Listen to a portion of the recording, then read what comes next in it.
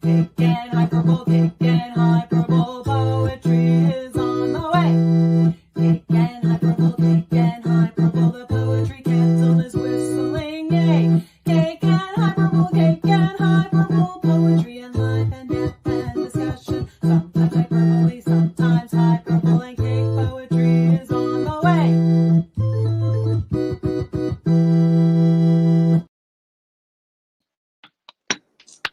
Happy Halloween!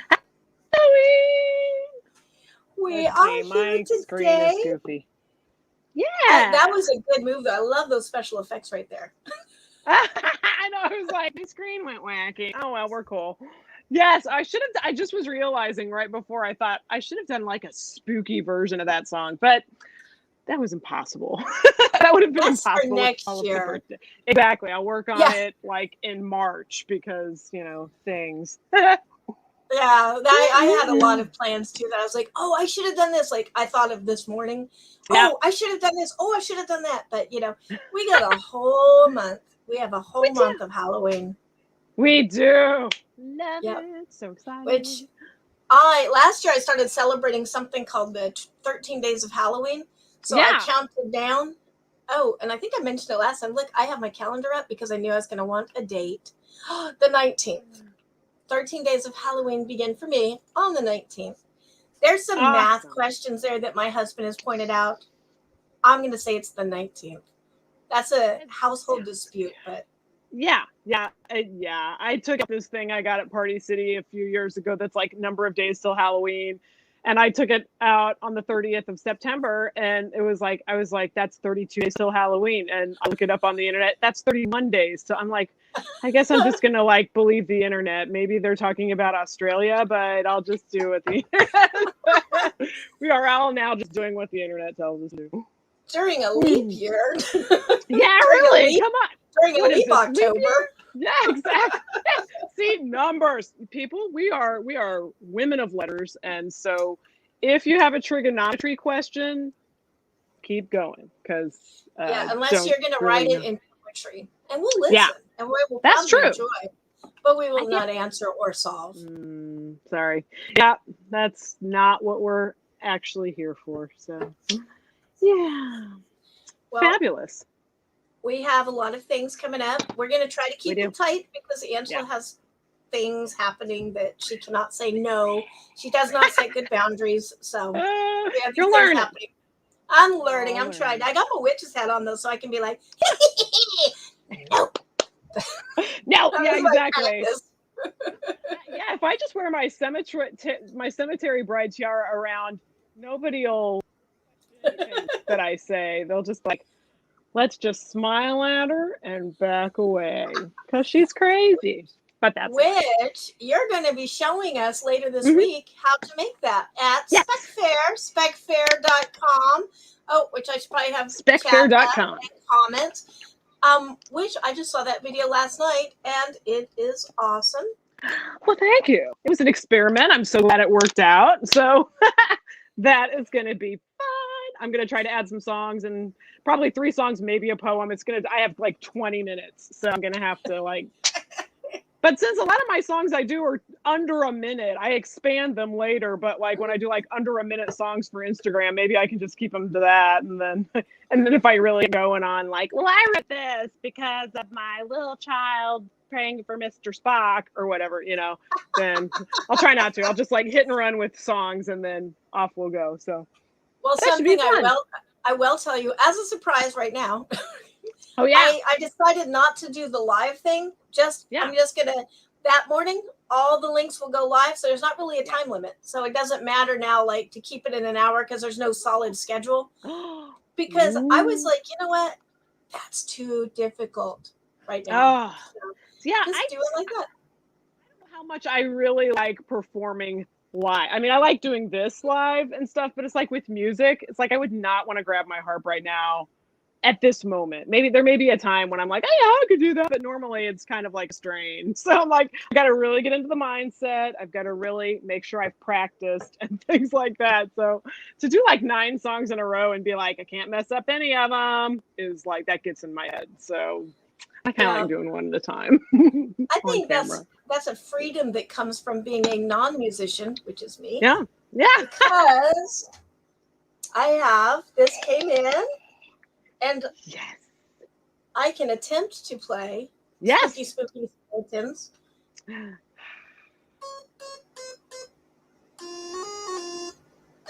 Whoops. Attempt. No, keep going. I hear it.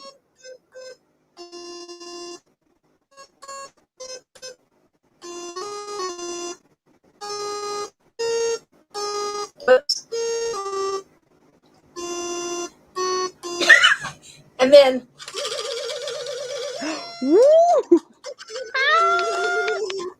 So, anyways, see, non-musicians don't care. We know we stink. That's awesome. Everybody's got some music in them, so bring it out. And I heard that song when I was at Spirit Halloween the other day, saw the Cemetery Bride costume and said, I cannot afford that, but I can do a head thing at home for our upcoming poetries. And so that was very poignant. Wonderful. Thank you. Yes. Courtesy of Stylophone, which I never knew this, but David Bowie played this on Space Oddity. And I guess Kraftwerk loved this little crazy instrument. And Pete Kelly said this is, and we have a video of him to end the show. We're going to end with the show with Pete Kelly. And he said that this is a blast from the past. These things were invented in 1968. Oh, too cool. Which is also when I was invented. So, soulmates happening here. It just keeps weaving together this beautiful tapestry. I know. I was just as much of a musician in 1968 as I am now. Which is, hey, there is music in there, just like there's poetry in here. So here we go. And I want to say another thank you. Look what Amy dropped off on my porch this morning. I made twin ones so that we have matching sister cakes, sister ghost cakes. Woo! This is a recipe from Nigella Lawson. It's called Ghouls in the Graveyard Cake, but in England, apparently, at least when she published Feast, her cookbook that I found in, apparently they had like lollipops in England that have like vampire heads and witch heads and things. And I haven't seen anything like that, but I love the ghost peeps. And they're like I pulled them out of a package. They cost $1. It was so easy. All you have to do is make the cake, which I could do in my sleep because I really used to do it compulsively back in the day. So yeah.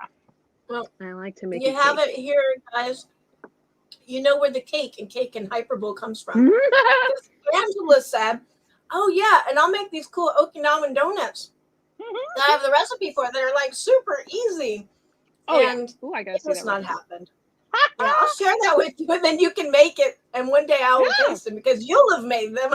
I will. It's the thing. I like to make stuff, and then I like to write poetry about it. And as I was exploring dark poetry for this episode and trying to find old spooky ones I'd written, I recalled my college days when, for a brief while, before I realized there was way too much technology involved, I majored in elementary education.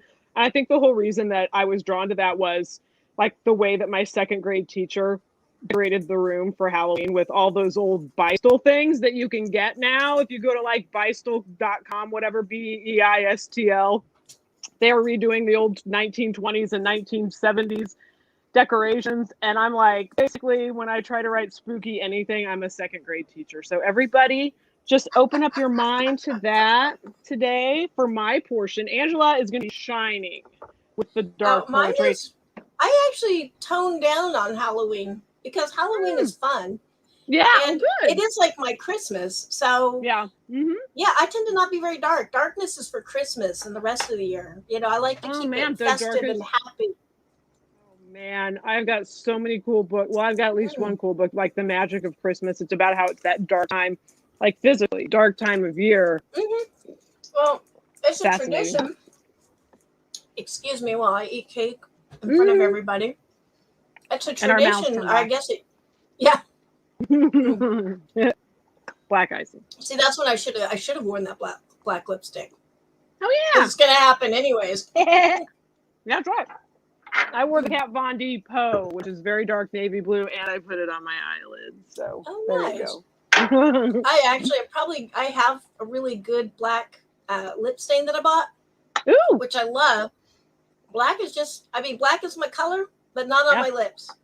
I don't know why. So I've used it like once or twice, and I'm like, you know what? It's probably not going to happen. So there you go. Got to be you. You got to be what's comfortable. Cool. Yeah. But one thing I was reading a while back is that ghost stories used to be told on Christmas Eve. And that's why there is the, I want to say Edgar Allan Poe so bad. Charles Dickens. Yeah. What is that called again? A Christmas Carol. A Christmas Carol. The Haunted Man. He's got a whole bunch of ghost stories for ghost books. Yeah. Okay, go onto Instagram, everyone, when we're finished, and just go to @schooled with 3 O's. That was my homeschool Instagram way back when we homeschooled. And we just like completely, I'm not going to say my son, we completely freaked out Christmas ghost stories. I mean, we did so much. I loved it. We had a ghost story 13th every month, but Victorian Christmas ghost stories, Valancourt has a series. I think they're on volume 5, and I've been getting them like every Christmas of Victorian Christmas ghost stories. Some American, some other parts of the world. Volume 5 that's coming out this year, probably any week now, is going to be so cool because it's like they're lesser known ones that were printed in newspapers and then thrown away. So they had to dig through archives. I'm so excited. So Valancourt is the publisher, but you can find it anywhere. I am actually looking. Oh, look, I found you. That's me. I'm going to share that in chat. Ew. Oh my gosh, we did that was power. That was partly just to keep records in case anybody ever came to the door and's like, "You're homeschooling? What are you actually doing?" Just go to my @schooled account. There's the proof. It's all ghost stories and sometimes baking, and I'm definitely going to check that out. But yes, I am. That's where the stories need to get really dark because it is the darkest time of the year, and I have to counteract some of the festivities. Like Christmas is not my favorite time of year. Oh, right. And whereas I'm like absolutely nuts in both directions, Christmas ghost stories and Bing Crosby, and you know, I like it now because I've started celebrating it on my own terms. So we put up a black Christmas tree with all the Christmas like pumpkins that are glittery, and there's a bat that goes on top, and like garland is these plastic chains. And then I keep that up till New Year's. And then we play This Is Halloween Christmas. Well, they are Christmas carols. This is Halloween carols. And we sing those while we decorate the tree. And that has made me like Christmas. Like it's on my own terms though. Nice. Yeah, you do. You find your celebration. That's good. Yeah. And I think it's what I object to is all the commercialism of it. Yes. Yeah, you don't have to participate in that. That's kind of what I've decided is, these family get-togethers and stuff. You don't have to do that. I know, and it's like this is where I struggle because I want to be a loving, kind person, and I don't want to go to relatives sometimes because it gets so much about that. I have a relative I will not name who requests a list of Christmas presents like last month. None of us have done it. We're all like, we don't know. We're about to have our birthdays. We don't even know what we want for our birthdays, you know? Yeah. And we're just kind of like not that loaded. So we are pretty moderate with our own. And we have a small house. Oh my gosh. The last thing I want is just to bring home a trunk load of whatever's just so that certain members of family can have this fun time watching you unwrap stuff. You know, it's like, and everybody has their thing that they dig, and you know, I don't want to like begrudge, but at the same time, I don't have room for anything. I got all my art crap. I always say like food items, like consumables, coffee, food, because I can, you know, it's you eat it, you can share it, and it's gone, and you can super appreciate it. But that's like way better than a knickknack that, you know, gift giving is like this is all right. Here comes the Scrooge. Sorry, everybody. Okay, no, it's cool. But I can be Scrooge-ish at Halloween, and at Christmas I'll keep my opinions to myself. Yeah, but I would say gift giving is kind of a selfish act because what you're doing is you're giving this thing. Now you have this obligation. You have to thank me. You have to. Yeah. You know what I mean? No. And I think that's what a lot of the gifts are for. You know, instead of just being like, here's the thing, have it, and we're all happy, and Yeah, it is. It really is a tyranny at the holidays. They have made it into kind of a tyranny of where it's holidays. like, oh, and it's rough. Yeah, and then there's the whole, I will not name names, but the whole, well, I gave so-and-so a $20 gift, and I gave so-and-so a $20 gift. But the thing that was perfect for you was only $10, so I'm going to the dollar store and adding $10 worth of things to your gift so that it comes out equal. Yeah, people stress. Oh, man. Yeah, frustrating. I've always had to do homemade gifts because we've always been kind of on the broke side, and there are people who don't like that. They think it's cheap. And I'm like, sorry. I gotta go. Time worth nothing? I can't worry about that. Here's the deal. Well, some people really like them, Yeah, it's a gift, so yeah. Fuck off. So yeah, there was really no obligation to give you anything, if you exactly. Right. So yeah. Oh my gosh, if you don't appreciate it. Everybody get out of my face. So happy Halloween, everybody. We are sweet baby dolls. We really are. We just get stressed. I think it's stress for me. It is stress talking because I love my Jesus and I love my Christmas tree, but it gets hairy at that time of year. And I think that's like the least thing it should be. It should be everybody just kind of finding joy in a dark time of year. Mm-hmm. Exactly. I think that like whatever that looks like for you, that's what it should be. It's kind of connect. Let's all just connect on that, but we don't have to actually connect. We can just in our minds be like, everybody's doing something that brings them a little bit of light, this time of year, this darkness. Mm-hmm. Yeah, just celebrating it on our own terms, and it's fine. Yeah, it's kind of taking control of your life and stuff. Okay, my beret is full of questions. If you were here last month with us on Cake and Hyperbull, you know that we have composed a total of 10 interview questions, and we're drawing 2 a session out to ask each other. And so I've pulled one. I don't know if I wrote it or you wrote it. I'm going to read it.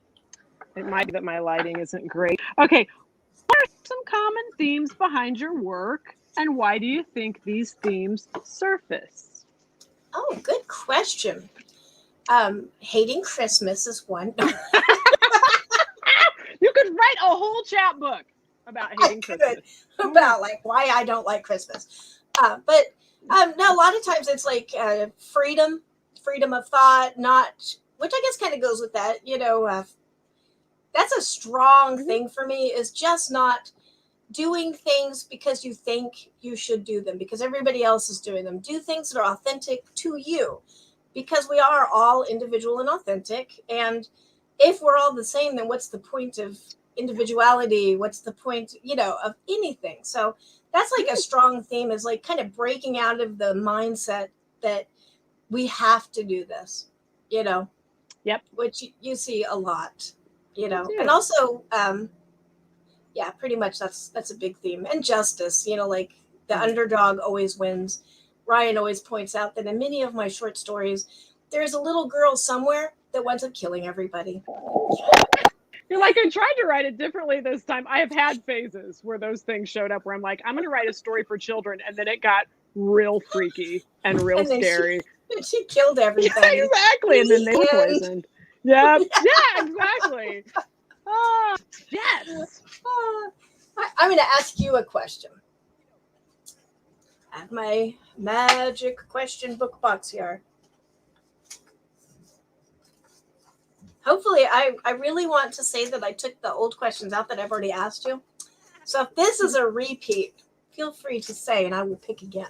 If I can remember. Yeah, I only remember the one that I studied for. I studied for none this time. Okay. I was like, oh no, that's a hard question. Amy, you just saw me pick this out, right? Randomly. Okay. What are some common themes behind your work? Why do you think these themes surface? I love it. Well, there's definitely cake, and that's a thing.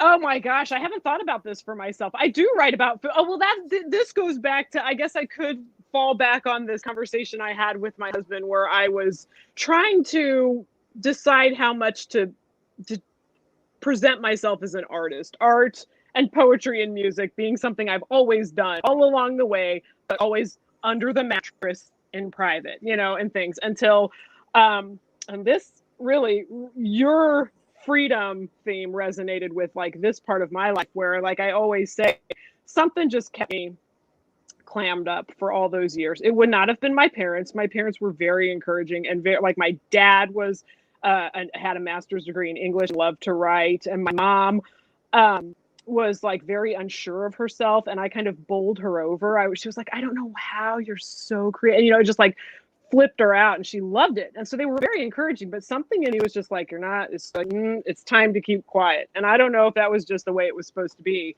But so your freedom thing resonates with me because I feel very strongly about that when I make music and put it on Instagram or do poetry here. I'm like, you know, some people might not consider this what they were thinking when somebody would, you know, what they were thinking of when they thought someone's going to read a poem they wrote or you know, perform a song. And so, yeah, I love that theme. But when I was having a conversation with my husband about it, I was like, I feel weird because, I mean, I was like, do I do a website with like a gallery style thing? Which at the time I'm like, that's really not my scene. But they always had these artist statements. And I'm like, what am I going to say?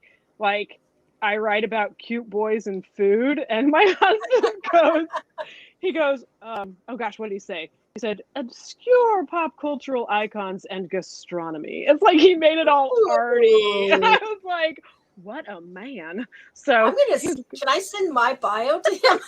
Yes, he would do it.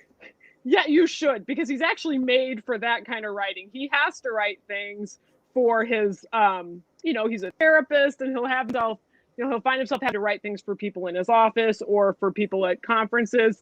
And he's like, read over it for me. And I'm like, oh my gosh, Mary Shelley, are we a little bit flowery here? And is that sentence actually going on for half a page? Am I back in my German major looking for the verb? Oh my Lord. And so he's so excellently, he's like excellent at being florid. But yeah. I like hooked onto that thing that I'm sure you're way more familiar with than I am, but in high school journalism where they're like, you're writing to a fifth grader, keep it short, get to the point. And so it's like Ernest Hemingway. Oh yeah. Over here. And so you could send him that and he could really flower that up. But I would say that why would these themes surface? I think that the reason I like to write about what I call cute boys are frequently other artists, musicians, famous ones, you know. There's this really odd phenomenon that I'm exploring a lot in poetry that I've been writing for future collections and stuff.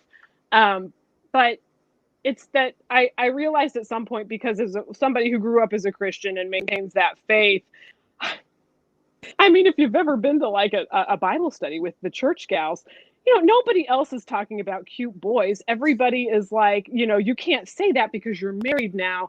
But to me, it's always been like this, oh my, good one, God. Well done. When you put those features together with that person's mind and the things that they come up with. And it really is like, to me, just this like exultant example of just at creation, you know, and art, like the ultimate artist making art and wanting us to share in that endeavor. You know, he's made art. He's made us to be artists, to make some art and like in the artist's way. And by Julia Cameron, how she points that out, one of the things that made me become more open.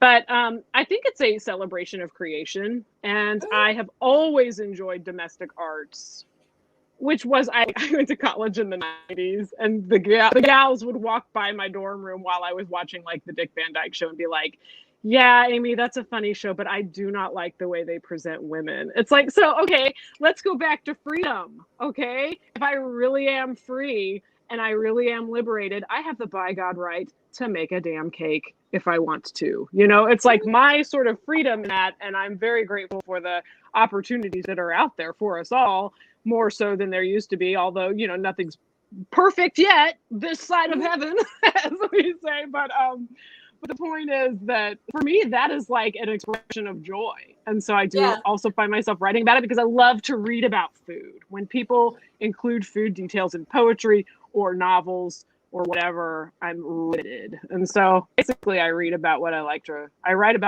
read about.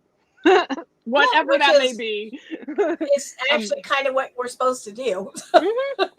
I want to read something about, you know, some chick time traveling and baking cake while she's at it. So I'm going to write that, and nobody's going to see it. I read it when I'm in the bathtub, or something. But, sometimes things come out that you're wanting to somebody might see it, and then convince you that, you got to publish that. Yeah. That could happen. Absinthe. Okay, if you ever read anything I've written and I make reference to a person in bathtub absinthe as if it's an actual novel, that's my very own novel that I haven't shared with anybody. And so it's like, just like Astrid in bathtub absinthe. Now you know who that is. You'll be like, oh, she's going on about bathtub absinthe again. So that would be my answer to themes. Yeah, now it's going to be my personal challenge to get a bottle of wine at some point. Probably when all of the pandemic is over and we're all socializing in person again. And I am going to get that novel out of you at some point. I am very curious. I'll have to look at it, see if I'm embarrassed. It was very much in a time where I was like trying to smooth over difficulties in my own life. So it was very fantastical and fun. Something I was like an escape, a wonderful escape. So yeah, those are the best kind of books. So I love that stuff. Woo! Yeah, we'll get some absinthe. And I just got a text. Okay, there we go. Hey, everybody. All right. Yeah, well, our Ren Fair days when we sold absinthe kits. So, yes, fan of absinthe. I love it. Okay, I'm going to ask you one more here. Okay. Let's see. Okay. Poetry has a reputation for saving lives. Would you say that's true? What kind of effect has poetry had on your own life? Ooh. Did I write that or did you write that? I think you wrote that. I might. Yes, I think poetry has saved lives and does save lives. And I think any angsty teenager can tell you. To me, it's like, poetry has like so many different purposes. But I think psychologically it's a steam valve a lot of times because you can say the truth without saying the truth. Tell it slant. So you can get it out of your system, but you're not confessing to anything. So what you consider dark desires or horrible things are happening to you, you can write it in a poem. And so when you say the moon was blood red, you mean my life is falling apart and I am dying. Yeah.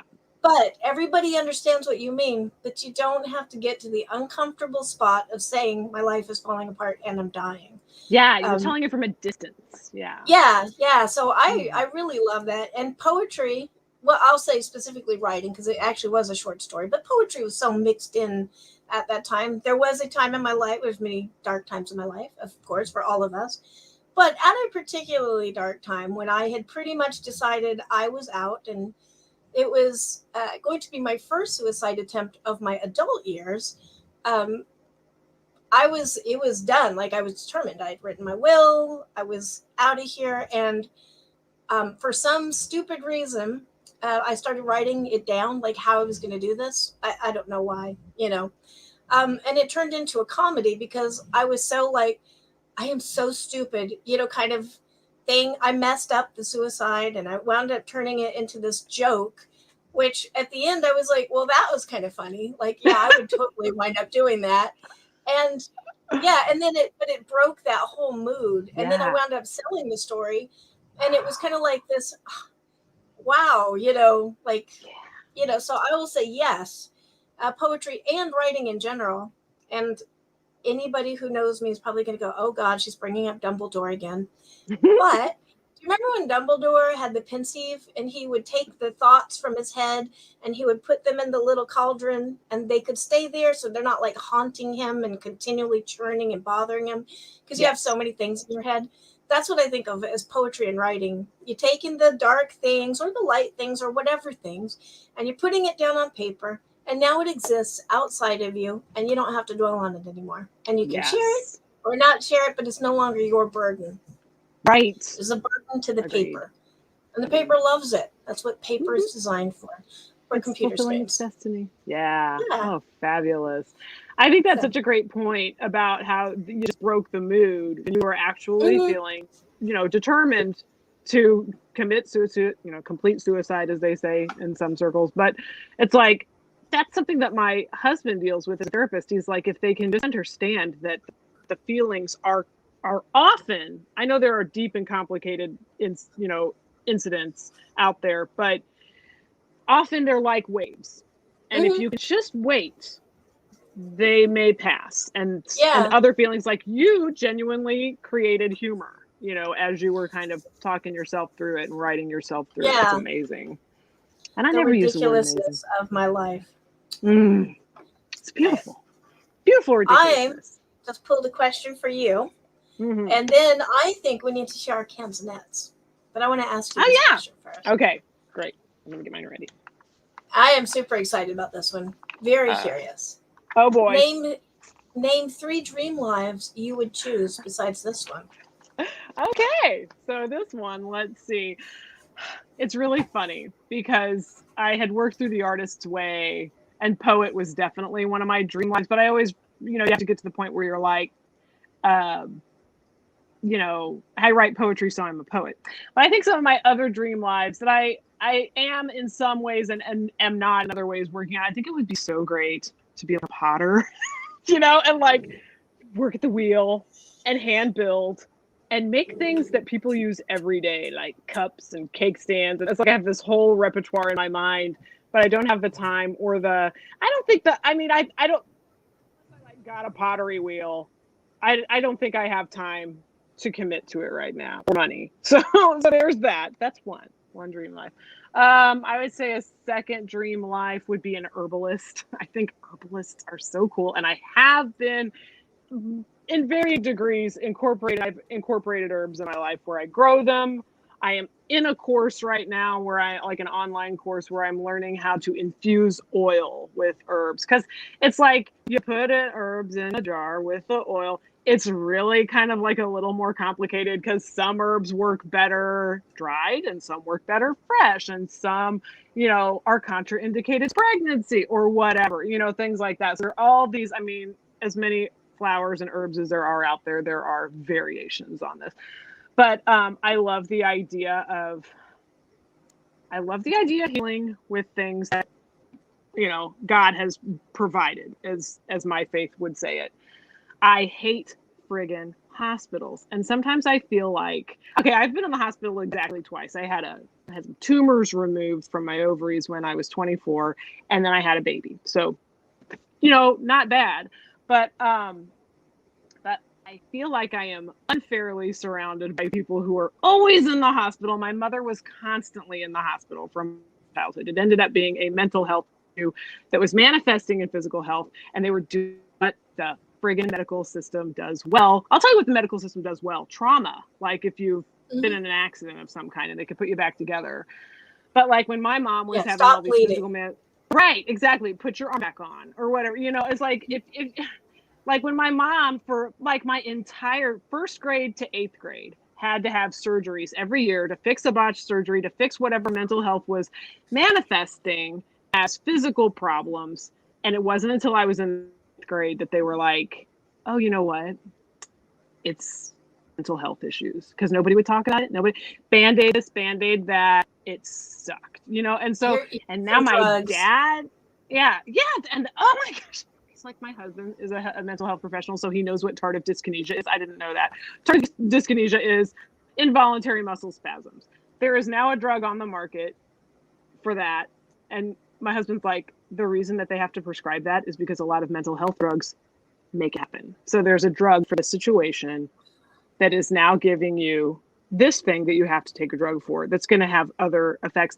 And I'm not saying that you don't need, some people need their mental health drugs. There are situations. I do know that. And because my mom needed them, she needed them, and they took her mind away, but that was the 80s when they had what they had. And all this. And so I hate going to the hospital and seeing my dad, who's in terrible physical health. And I hate going, I love seeing him. I hate. So my goal is my goal is to die in my garden when I'm like 90. It's Halloween. And my son's like, because Sean Connery died at 90 on Halloween. And my son's like, that's do that. Awesome. I know. Classy guy. Classy guy. Everything right. So I told my son, I'm like, I'm going to collapse in the garden. I'm going to, like, the last thing I see is going to be flowers and spiders, and it's going to be Halloween, and I'm going to be 90. He's like, don't do that, Mom. The kids are going to be out trick-or-treating. I'm like, maybe I'll wait till November 1st. Yeah, you love it. Day of the Dead. I will be so happy, though. I'll be like, trilling this a hippie sigh, woo, and they'll be like, well, wow, that was a great death. Maybe die on Halloween, but don't get found till the 1st. So everybody just decoration. Like, and I will have the most peaceful smile. Yes. Oh my gosh, there are podcasts. Like, maybe we could go standing up, like propped up somehow. Like, oh, my heart. Okay, let me lean against this tree and be like Lily Munster. Have a lily in your hands. That's how she goes to sleep at night. So those are two of them. If there's a third, you know what? I think like my third dream life would involve just like a place. Okay, this is hard to say out loud, not because I'm embarrassed by it, but I like if my husband and my son heard it, I wouldn't want them to take it the wrong way. Solitary poet, solitary artist, solitary whatever. Mm-hmm. Because I know that one of the things that kept me quiet for many, many years is I was preoccupied with having a family, with having a child. And so I feel like that's how it was. That's not everybody's deal, but that was definitely me. And and I couldn't do anything about that. It's just like that's what I needed. And but I think it would be interesting to have an alternative life where I was like, I could live wherever I want. I could live in a cooler climate. I mean, we're in Missouri. It's going to get butt cold here in a couple of months, but it seems like it's never going to happen because it's so.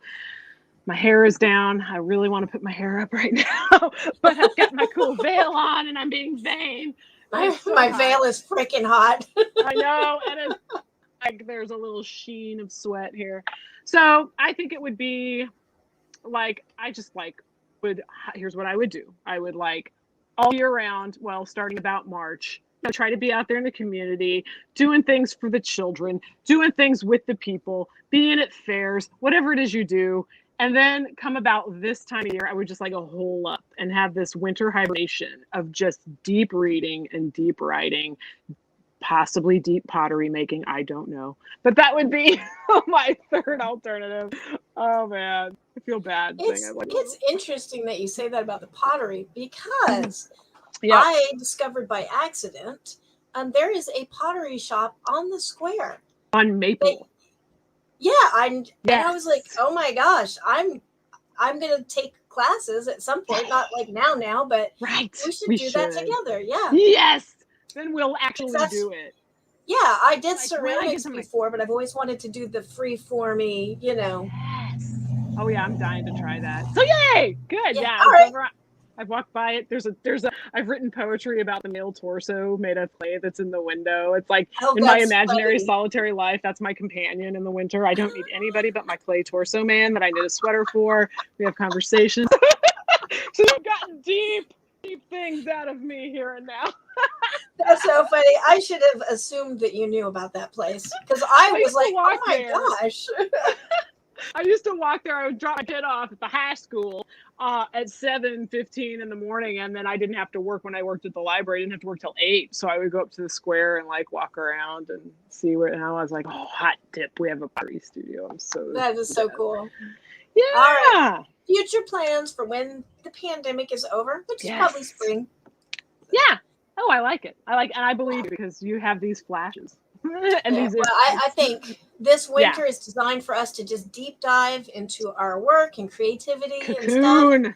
Yeah, we're closing up. Snow outside, doesn't matter. We have beans, and and then come out winter. Spring, and we'll be like, look at all the things that we created and wrote. And yes, they had to come out. Good. Yes, they saved us. Well, speaking of coming out, do you have a canzonet that uses the phrase, my beret is full of questions. And here is my beret. Inspired by last year. Oh, I do not have a beret in this house. But I have my funny little brimmed hat that I always wear. Ooh, I do love your brimmed hat. I have a tuba Christmas hat, but a beret seemed more poetic, and that's why I put it in there. I have my canzonet, which I have just titled Canzonet. This is our form, by the way. We are every month we're going to choose a form from a poet's glossary by Edward Hirsch. Last week I chose last month I chose canzonet. Angela will be choosing today, so it's exciting. But I will read this. It's sort of like an Italian little song, some little rhymies in it. I'm not going to sing it. I have put it to music in my mind, but maybe in 2 weeks when we do our other poetry on Instagram, we'll see. All right, canzonet. It's well no small children are under my care. My beret is full of questions. Wind and the rain, but no shield for my hair. And the path snakes as bundled intestines. Shrines to nonsense stall me, hinder me, where obsessions arise from the mind's ingestions. To the forest to forage alone I repair, close now to distractions that curry my care. The end. Oh, I like it. Thank you. Yeah, the canzonet wasn't interesting to work with. I will admit, when I first opened it up, I went, "Oh my freaking God, Amy, what have you done here with this?" Because it was like the rhyme scheme: A B A B A C A C D E D A F A F. It's like, what the hell? Oh, I went after the example, which was like very simple, like that. I only had like an A B variety, A B A B A B B, something like that. So yeah. Yeah, well, it's the same thing. I think it just sounds more complicated when you spit it all out at one time. Yeah. Oh, which makes us sound smarter. So yes, yeah, it's true. Very esoteric. Oh yeah, but it was actually a lot of fun to create. You're good. I'm looking forward to this. All right, I will read mine. I really love the 575 haiku syllable form, which, yes, you don't have to write it like that. It's still a haiku. I just prefer that. Like, I don't like Christmas. That's a personal preference. You've got your preferences. Yeah. It's okay. So I decided to try to write it in the 575 syllable pattern, keeping the canzonet rhyme. So I called it Tears Wonderful. My beret is full of questions, falling like curls, like tears wonderful, falling silver pearls. Give heartstrings a pull, risky tenderness. Me, vulnerable, no love? Life is valueless. To be a human born under duress is to be a broken plan falling short of best. Unlawful, flawful, to spite it all, I fall short. Shattered, beautiful, all flesh and blood sport. Oh, nice. Have to get the blood. Yes, you do.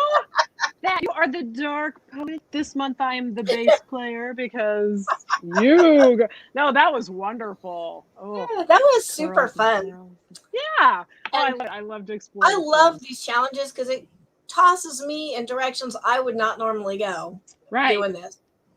So yeah, and it makes me. Yeah, I think I spill out poetry a lot, and to just stick to a form and really consider. I mean, go down and do that. It's gonna be my Rilke winter. I love structure for that. I am I rant against authority, but I love structure. Right. So, hey, yeah, sometimes you can slip it on. It's like a robe. It's nice. Yeah. I'm going to pick next month. I was going to say Pantomime, and then I realized I should not. I should get out of my comfort zone. So pick a letter. Oh, and I have not been watching chat. We have 7 comments. I am so sorry. Oh, it's Pete Kelly. Hey, Pete. Thanks, Pete. Oh, he would like his ashes strapped in a rocket, so on re-entry, they would create a meteor shower. I love that. Oh, and he liked the stylophone playing. I shredded it, apparently.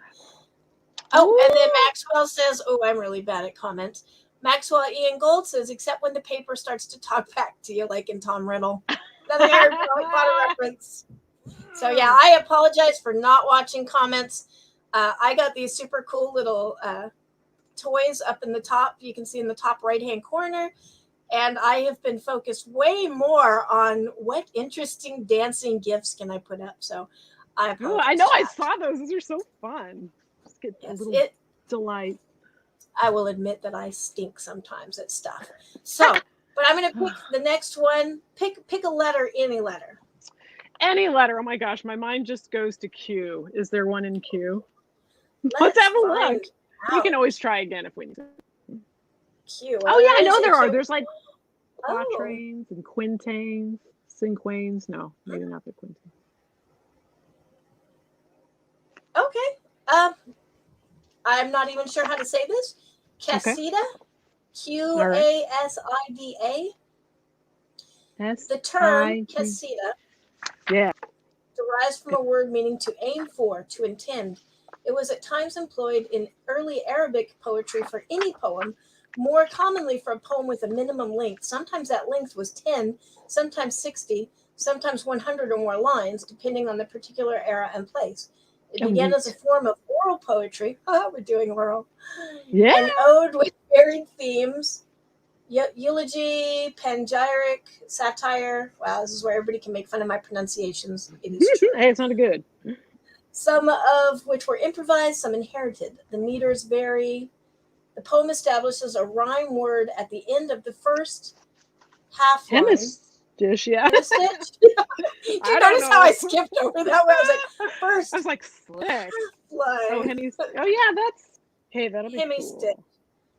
I don't know. I don't know. It's a single end rhyme that carries through the entire composition. The earliest specimens date to the 5th century. This is going to take some study. Yeah. It was a primary genre of pre-Islamic Bedouin poetry and called on the tribal loyalties of the poet. I like it. I think this sounds really deep and cool. Right. Yeah. I don't know how to do it, and I don't know what it is, but I challenge us to do quisadas. I love it. Figure out how to pronounce that. Perfect way I'm going to type launch that in chat. Yeah. I've got mine written down. This will launch our what we hope is final big COVID winter, as you have dubbed, and which I will take as an excuse to live my dream life of just hibernating, reading, and writing. So, yes, I'm looking forward to the Casida, or however it is pronounced, because it is a rich world out there. Yes. So I just put it in chat. Hey, and if anybody else wants to try their hand at a quesada or tell us how to pronounce it, send a video. Yeah, send a video and we will play it next month. Like we have Pete's video at the end of this month, or at the end of this session. Today's episode. Yeah. Today's episode of Cake and Hyperbull Cake and Poetry is on the way. I'm wearing my hot poet shirt. Oh, I can't figure out how to. There we go. So, Challenges of looking at yourself reverse. I'm going to point. No. Oh, okay. I know. It's like, which way do I go? And the light needs to be on it. It's so crazy. We're making it work. We're hanging with it. Do you have another poem? Do you have a Halloween poem? Yes, I think I do. I have one. I have some that are a little more Halloween oriented. Some, though, I wrote last night when I wasn't satisfied with some of my other ones. And so it was inspired by a little something that if you've ever listened to Mysterious Universe, I'm sure I've told you about those 2 Australian guys that have been at it for ages. It's a podcast. They're hilarious. The only problem, they talk about mysterious things, and the only problem is they don't like talking about ghosts as much as they like talking about aliens, and I'm way more into like ghost stories. So, but they did have a ghosty thing yesterday. So here's my poem from it. Better to glean of the gloom of the moors, drought of pumpkins, voices filled with umbrellas. At midsummer, St. John's wort faltered, and with it their gentleness, the clockwork of their minds. They arrived at the graveyard and dallied. They summoned ghosts and walked away, never knowing they'd jiggled a lock, never knowing the ring of insanity they had forged, and how it, being ancient, endured. Ooh. I don't think it has a title yet, but we'll get there. So, well, a lot of great poetry doesn't ever have a title. That's true. Emily Dickinson, yeah. Yeah. Oh, I like that. Very moody, very gets me into the Halloween kind of thing. Good. That's what I was going for. It was getting me into the mood. There was a great episode, very spooky, very interesting idea. It's about aura of tragedy. Mm-hmm. Go ahead. Yeah, I might not let Halloween go this year. Maybe. Yeah, I know. We might just keep Halloween. Yes, there might have to be Halloween, ladies and gentlemen. Halloween, Easter. Oh, you got some applause from Pete Kelly. Oh, thank you, Pete. I'm looking forward to your work. All right, what have you for us to read? Yeah, I think I'm thinking way too much about Halloween. I do have a Halloween poem called Hungry Ghosts. Ooh. And if you're a member of Science Fiction and Fantasy Poetry Association, I'm running the Halloween page. Super cheap to join them. If you write speculative poetry at all, they're a really good organization to join. So speculative meaning science fiction-y, fantasy, or horror or any combination of all of those, which is pretty much all poetry, I think, just about, is speculative. Nice. But yeah, they're doing a Halloween page, and they do this every year. And this year I get to curate it. So I'm taking recordings of poems and art, and basically I'm curating to make sure there's nothing, terrible or hateful or anything like that. And it is it's not G rated, but it is like family-ish friendly, we can scare the children. We just don't want to give them, cause for therapy later. Although my husband is an excellent child and adolescent therapist. Yeah, well, this might be a good one of those. But if your child was horrified and needs therapy, then call me. Get that number from Amy. I'll hook you up. Yeah, so we have the therapist ready for Angela's poetry if she goes too far. And somebody reach to the children, for Pete's sake. We are getting some really good ones. We did have one that talked a lot about dead prostitutes, which I was like, oh gosh, but he's not getting graphic about it. Right. So yeah, I think that's okay. I mean, you gotta make a job, and we die. So it's a valid, it's part of the human experience. Having exactly. Working death. Yep. We all gotta do it. Exactly. Yeah. So that's what I'm doing right now, is taking those. So Science Fiction Poetry Association, awesome organization. And this is the one that I'm going to record for that. Okay. And I have the art. Lee Murray did the art for it, which we did this ages ago. And so I always love it when you're like, oh, what would I do? Oh, we have the thing that's already done. Awesome. Let's do that.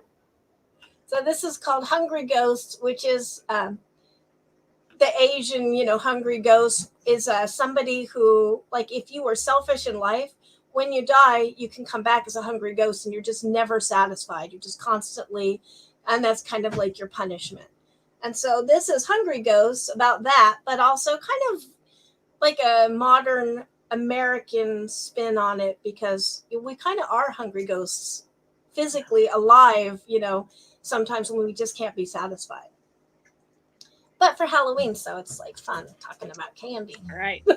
So, Hungry Ghosts. Licorice nightfall, children of the candy corn, born when the heart stops and rots. Mincemeat treats tiptoe through the gingerbread. Mausoleum cake can't slake the hunger. Chill underworld emptiness, gnawing a vacant waste. A taste. No harm there, say greedy mice to the trap. Snap, it answers back. Spun sugar skulls crushed to dust, sweet syrup of rust, sweetening the dark earth, new birth for old souls, more hungry ghosts to wander, all slowly fasting, everlasting pangs, the reward for greedy life, fat years, hungry death, their breath creeping ice, and spider frost filaments gnawing up the spine, supine and pining, to fill the empty spaces bloated with regret. I forgot. I was playing with internal rhyme with that one. I forgot I was doing that. I loved that. I did. And oh my gosh, you got like the food, candy, the despair. It was like, I am so in the Halloween mood, I've got to say. I know. Mausoleum cake is something I'm going to put forth to my cake expert friend.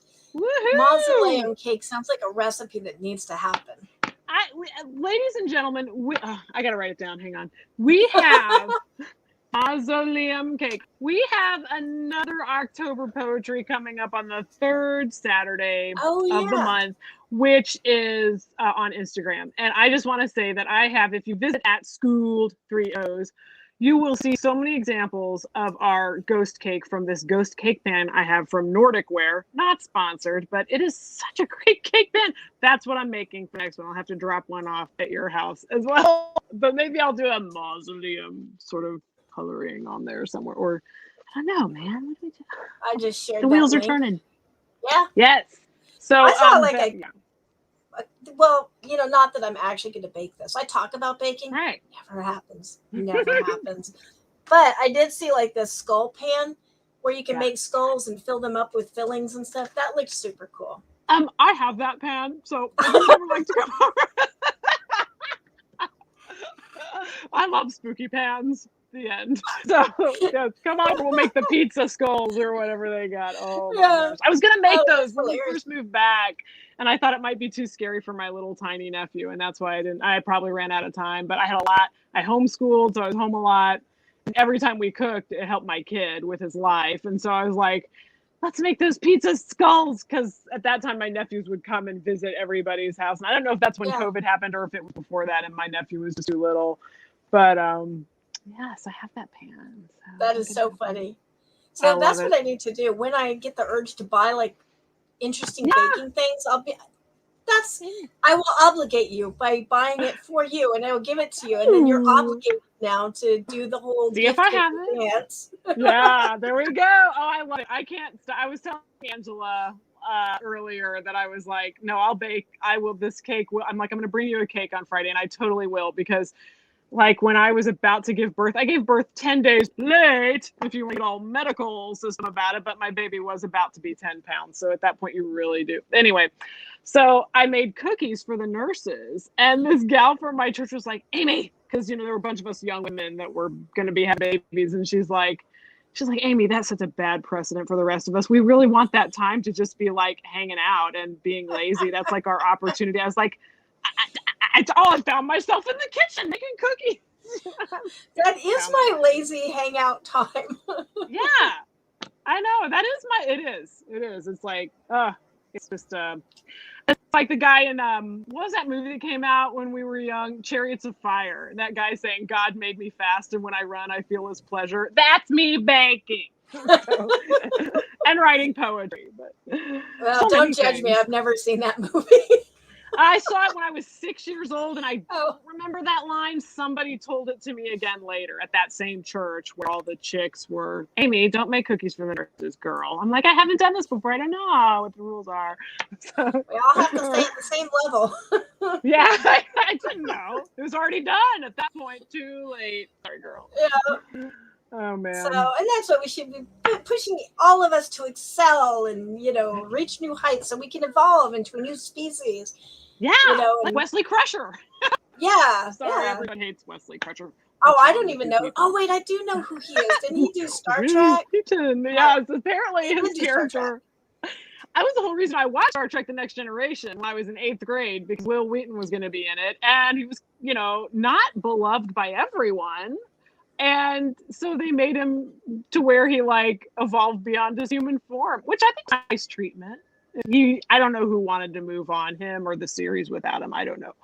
I evolved to some non-corporeal hotshot. So, which I that's see funny because I the only thing I know about him is on Family Guy. Is it Family Guy? The football head kid. Oh yes. Yeah, I'm showing my like horrible television and movie ignorance, but yeah, when he's like Wheaton, that's pretty much what I remember. I can't watch that show because of all the barf, and that's my phobia. But we were at the store. There's a lot of barf for that show. Oh, there's a lot of barf, and it's cartoon barf, but still, it gets in my head. And I replay it. But anyway, my son likes to go to thrift stores and look for DVDs. And he was looking for South Park, and he found a Stewie mask. And so one day, a couple of weeks ago, he was like, I didn't even know he did it till the end of the day when he came out of school with it on. I was like, oh, you took your Stewie mask. So he's like, I was so mad I had to get up this morning. We just put it on between classes while changing classes. And the kids were like, what? It's like, oh my God, my son is like very natural wacko performance artist. He's like, I'm never doing it again. I did it that one time. Some kid he knows like bought one because he found one too. And like he started this thing. I'm like, oh, neat. I'm not yelling at him for that. Awesome. Yeah. I'll let the school get onto him if it's a problem. And then I'll be like, well, Clyde, then don't do it. But yeah, you got to listen to the institution when you're locked in the institution. If you're there. But I'm not. Yeah. Let that be on the outside. Don't let that on the inside, and you're okay. Exactly. Oh my gosh. Yeah, that's the funniest thing. Oh, that's hilarious. Oh, dude. He was so mad about getting up at 6:30 in the morning, which, you know, hey, man, we could have stuck to homeschooling, except you wouldn't do it anymore. So, but I think Truman High School is good for him. It was good enough for me. but I did. I know where that is.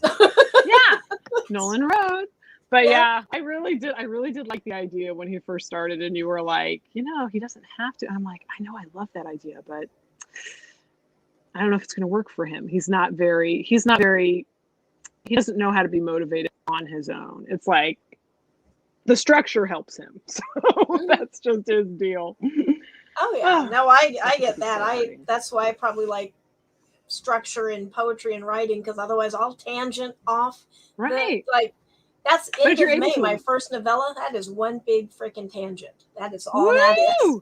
Nice. Tangenting all over the place. But yeah, what's the plot?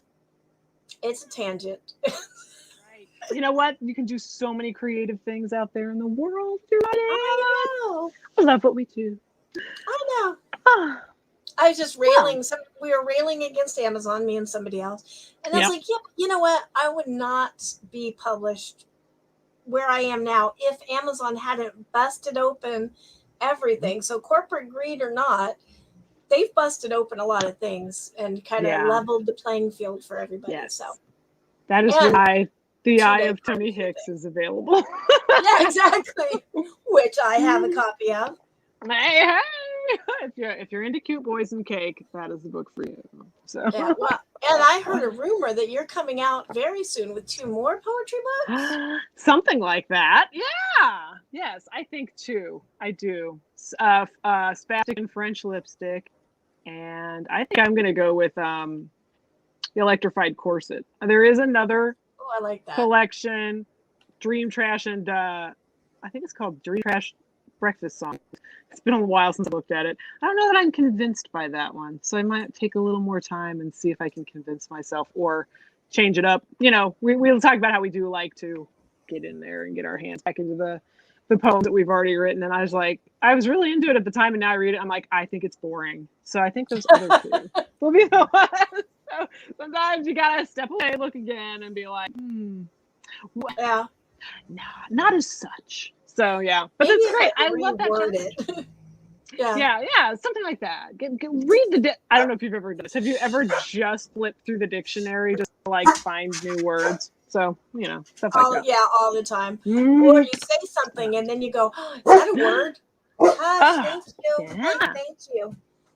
One of my best title sources was when I was shelving at the library and I would misread a title as something totally different and be like, oh my gosh, I like mine. Well, that's where Cake and Hyperbull came from, because that's right. I was trying to say how I mispronounced Hyperbull all the time. Hyperbole. You thought I was saying hyperbole, and you thought I was saying Hyperbull, which is that makes way more sense. Why have hyperbole? Hyperbull. I had been reading a lot of. Was the glow-in-the-dark poetry book by Blix Bargeld called Head Cleaner, and it's got a lot of in German, but then also some in English. So I like to mess with the German, but I'm not as good in German at all as I'm in English. So I was reading a lot of that, and the just freedom that, without saying freedom, the freedom that he just exhibits in everything that he writes was really in my head at that time. And then so that when you said that, it's just if I get in that mind frame, possibilities they present themselves everywhere. And so it was but hyperbull, it's bull is when you're shooting the ball, and so it's but hyperbull would be super duper exaggeration. So it's great. It was perfect. I love it. I still love it. It's the title of our show, so part of it. So with the cake. It makes perfect sense. So, and I am full of Hyperbull. I can just shovel out that Hyperbull. Depends on how much coffee I've had. But I can do some Hyperbull. It's good. It's good. I used to work in newspapers. Hyperbull is a living. Gotta get the people to read the paper. Make them want to pick it up. Oh yeah. Speaking of newspapers, the media. My commentary on the media. Which I love. I love newspapers. It's like real fiction. Writing real fiction is the newspapers, because you have to put that spin on it that will hook people. So I remember a time when I was down in Florida, and we were getting hit with hurricanes constantly. We were all starting to have PTSD from hurricanes. And so there hadn't been any hurricanes for and people who have never lived there don't understand. Your life is disrupted. I'm getting, like the pandemic, but next week, 2 days notice, 3 days notice. Is this event going to happen or not? They've closed down $1 million events because a hurricane was coming, and then it decided to change its mind because that's what hurricanes do. And just all that money just. But so we were in one of these stages where it's like every week. I think it was right after Katrina, which we were down there for, but we weren't in New Orleans. We were in, but it's the whole coast. The whole coast is affected. And I'd read, woke up, it had been like a week of no hurricanes. We're all kind of like, okay, we're going to make it. We just got to make it till November when it's over. Oh, and the headline was Hurricane in the Gulf. And so it was like this, oh my God, okay, what do we have to pack? And and the story was about a hurricane that was not even going to come close to any place. It was spinning out there. It's a big ocean, never going to hit anywhere. That was the article. But the headline is like, hurricane in the Gulf right now. That's right. They want to grab you. Then, yeah, I've had like a little bit of a bone to pick with even though, yes, I worked in the media. I get it. Yeah. I would have written that headline and I would have patted myself on the back. Yeah, like it's okay when you're doing onto others. It's just not okay when it's done to you. Yeah. Especially during that time when you're all just so rattled anyway. Oh my gosh. Yeah, you can't relax. You're going to be on the news looking at what's going on. So. Oh, man, oh man. I think we're almost done. I looked at the time. Yeah. Do we have anything I haven't covered except for Pete's poem, which we're going to close out with? I think that's pretty good. We got our new form and we did our questions and our poems. I think it probably is time for Pete. All right. I will mention one last thing because it's for a good cause. There is the Pixel Project is going to be doing a panel tonight. And it is me, Jason Sanford, and Rebecca Brewer will be discussing domestic violence. I'm obviously reading this. Domestic violence and speculative fiction, the importance of including healthy relationships and stories, and how authors can approach these issues appropriately in their work. And that will be tonight, 8:30 p.m. EST. It is October 2nd. Okay, yes, tonight. Yep. And it's for Giving the Devil His Due, which is a charity anthology from the Pixel Project. So, and that link I will put in my blog today. I will go edit that right after we do this and be an on it person. I can do that. You can do it. The 8th, is that Friday? I think it is. I think I was thinking, when is the 8th because of what you're about to say. It is Friday. Yes. Okay. Yeah. So yes, on the 8th, we're having Spec Fair. There's a bunch of classes you can go to it right now. It's Spec Fair with an E, like Renaissance Fair, but for speculative. Specfair.com, and you can see the lineup, which I updated. Amy is going to be on there teaching us how to make that lovely tiara that she has, and some music as part of the entertainment. Yay! So, looking forward to that. Yeah, me too. That is like I said, I think before we started this, it was kind of like, wow, why did I decide to do that? Why did we decide we could do that? Like, let's just hold a monthly mini convention. But the point of it is, if this winter gets really dark and dreary, we're all going to have something to look forward to once a month. Yeah. And I'm giving away booths. On my blog today, there's a little thing to do for booths that I'm giving away. All the booths are free. This is a way to manage it so I don't get swamped with like 100 requests. I'm going to be doing the giveaway every day for 4 booths, and that gives me time to get them up. But yeah, anybody who wants a booth, go enter that, and you get a booth, and you get a booth, and everybody gets a booth. And like I said, it's just a way that we can all creatively, we can keep sharing, we can share what we do with each other. It stays up all month until the next Spec Fair, and it's just for fun. So keep us occupied. I think it is fun. Yay! That was my public service announcement of the day. Yay! Well, good. Yeah. We got lots to look forward to. Me too. And then the 3rd Sunday of this month, we will be on Instagram on Hitness and Outrage. Yep, we will. So. That will be our live poetry that we've been doing for over a year now, and this is our monthly cake and Hyperbull. So, wow, yeah, we got some real stuff going on. Direct result of your monthly thing. Not that monthly thing, but result of when I was just during the panic, like, oh my gosh, I don't want to die not having done more poetry. And so it seemed a good way. I was inspired by two ladies, like I always say. I think it was Spooky Little Halloween might have been the gal, I can't remember, but definitely Notebook of Ghosts. And they did a split, like we did split screen, where they were just talking about books they liked. And I was like, oh, I could do that with poetry. And I just emailed Angela. I said, do you want to do this too? Like, on my work email. Oh, she's like, I didn't know what she'd say, but I'm like, I'm going to ask her. It might be more fun with two people. And it is, as it turns out. It is so much fun. Yeah. I agree. I love that you did that. So I will be forever indebted, because literally I would have been doing none of this if you hadn't got me out of my comfort zone to do that. And now it's kind of like, oh yeah, this is easy. Yeah, it's fun. And I'm so glad you did it, because it is like really, it makes me keep writing poetry, and it makes me probably have a higher standard of, writing poetry. It's great. It's a great way to kind of like try new things constantly, like the canzonet or the Q one that we're going to be doing this next week or month. Call it Q for now till we know how to say it. Yeah. Oh, do we want to choose like a theme? Like last time it was my hat is full of questions. Oh yeah, my beret is full of questions. Let's see. Yeah, did we have a good phrase this month? I wasn't paying attention. Let me see if I wrote what I've written down. Mausoleum cake is pretty good. I mean, that is. No, but that was a line from your poem. But then again, we did that with Rena with tragic eyebrows. Yeah. So we like to pull theme phrases. Why? Because I still owe a tragic eyebrows poem. Why don't we do tragic eyebrows on my mausoleum cake?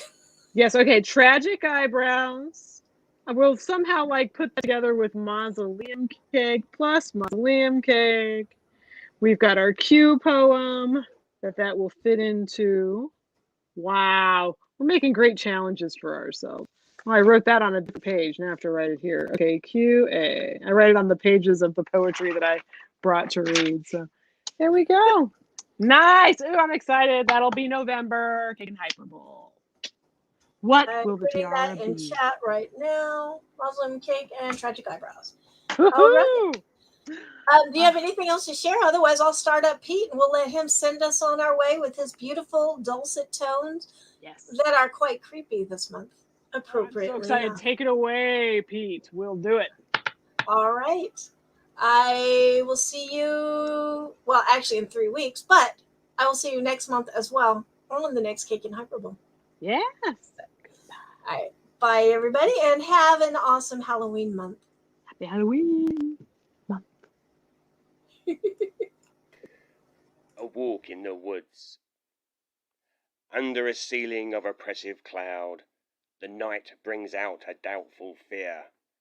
Movement is momentary peripheral, with subtle sounds to think you hear. Eerie harmonics of a chill wind playing, icy fingers penetrate clothes to stroke skin. Trees toy at shadow play in the gloom, twisted anew with every bolt of lightning. Thunder swells, rolling over failing nerve, riding up your spine with a banshee wail. As footfalls increase with clumsy momentum, as upon a ship in a tempestuous gale. Unseen eyes watch your progress, hungry, as twigs are snapped to keep your attention, sensing the heightened heartbeat of fear, and sending out to others a bloody invitation. Like all good things, this playtime must end, and suddenly the world is quiet and deathly still. The moment of insanity, the pearl in the oyster, as bursting from storybooks, we become real. Thank you. Next one's A Night Out with a Vampire. Riding upon the eddies of human breath, tasting the air, choosing for whom to bring death. As a predator, stalking the edge of the herd, I swoop down upon my prey, like a magnificent bird. The outcast loner is the one I seek, out on the edge of the group, so weak. This soul would not be missed as a person. To leave him, his anguish could only worsen.